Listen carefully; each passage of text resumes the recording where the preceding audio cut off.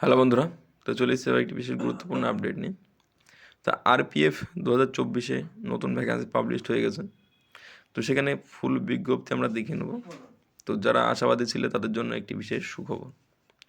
তো সেখানে কি বলা হয়েছে, যোগ্যতা কত, বয়স কত, তো সেটা আমরা প্রথমেই দেখে নেব। তো চলো মূল বিষয়ে যাই।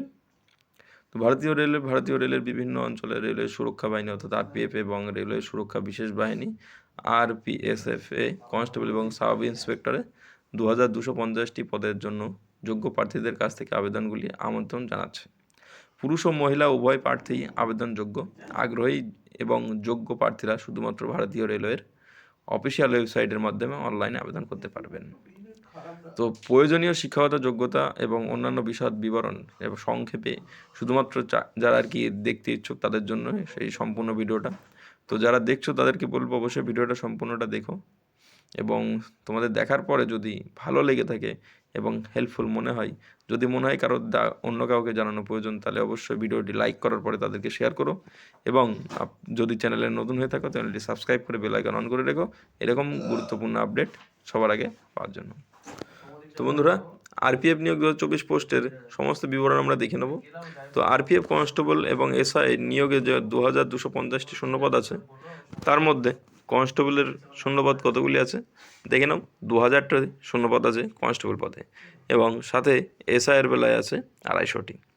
তো এর পরবর্তীতে আমরা দেখে নেব যে শিক্ষাগত যোগ্যতা এবং বয়স কত, অর্থাৎ এসআই পদে কত শিক্ষাগত যোগ্যতা লাগবে কি এবং বয়স কী লাগবে, এবং সাথে কনস্টেবল শিক্ষাগত যোগ্যতা এবং বয়স কত লাগবে। তো দেখো, এই সাব ইন্সপেক্টর পদে যে কোনো বিশ্ববিদ্যালয় থেকে স্নাতক হতে হবে, বয়স হবে 20 থেকে 25। সাথে কনস্টেবল স্বীকৃত বোর্ড থেকে মাধ্যমিক পাস করতে হবে বা সমতুল্য কোনো কোর্স করতে হবে যেটা মাধ্যমিকের সমতুল্য বলে গ্রাহ্য। বয়স হতে হবে 18 থেকে 25 বছরের মধ্যে। তো বুঝতেই পারছো। তো বয়স এবারে আসে ছাড় কীরকম কীভাবে। তো যারা এসসি এসটি অর্থাৎ যারা যেরকম পায় 5 বছর, এবং ওবিসিরা 3 বছর, ইডাব্লিউএসরা যেরকম ছাড় পায় সেম ছাড় পাবে সবাই। তো আরপিএফ পিইটি স্ট্যান্ডার্ড কী আছে, অর্থাৎ পিএমটি পিইটি যেটা হয় শারীরিক সক্ষমতা পরীক্ষা, সেখানে উচ্চতা হতে হবে 165 সেমি। দেখো এখানে টাইপিং মিস্টেক আছে, সবগুলোতে সেন্টিমিটারের জায়গায় জন উঠে আছে। এবং বুকের ছাতি হতে হবে 80 থেকে 85, অর্থাৎ ফুলিয়ে 85 না ফুলিয়ে 80। এটা ইউআর এবং ওবিসিদের জন্য। এসসি এসটিদের আছে দেখো, উচ্চতা হতে হবে 160 এবং মহিলাদের হতে হবে 152। বুকের ছাতি হতে হবে 76.2 থেকে 81.2। মহিলাদের ক্ষেত্রে কোনো জায়গাতেই বুকের ছাতি কিন্তু মাপার কোনো ব্যাপার নেই, তাদের যেটা থাকবে তাতেই যথেষ্ট। তারপরেও দেখি দেখো, গাড়োয়ালি, গোর্খা, মারাঠা, ডোগরা, কুমাওনি এবং অন্যান্যদের জন্য উচ্চতা লাগবে 163 এবং মিনিমাম লাগবে 155। এদের বুক লাগবে 80 থেকে 85।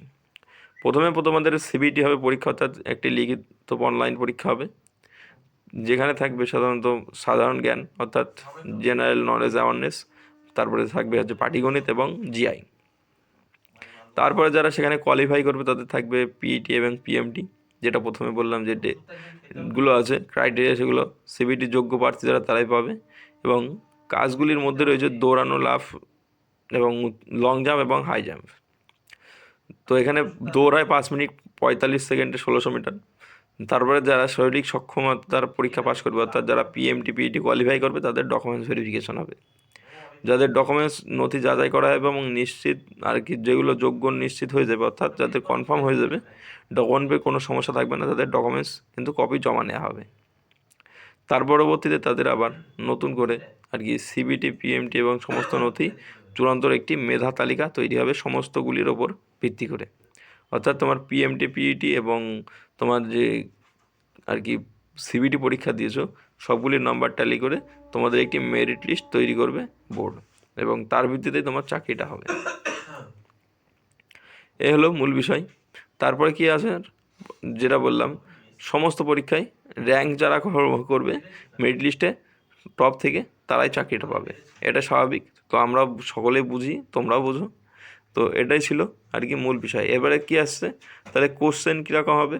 তো সাব ইন্সপেক্টরের এবং কনস্টেবলের একই পরীক্ষা হবে, মানে কোশ্চেন লেভেল আলাদা হবে কিন্তু প্যাটার্ন একই। তো 90 নম্বরটা কোশ্চেন থাকবে, কোশ্চেন থাকবে 120টা, টোটাল সময় থাকবে 90 মিনিট। তার মধ্যে জেনারেল অ্যাওয়ারনেস থাকবে 50, অ্যাথমেটিক থাকবে 35, জেনারেল ইন্টেলিজেন্স অ্যান্ড রিজনিং থাকবে 35। তো এটা হচ্ছে মূল সিলেবাস।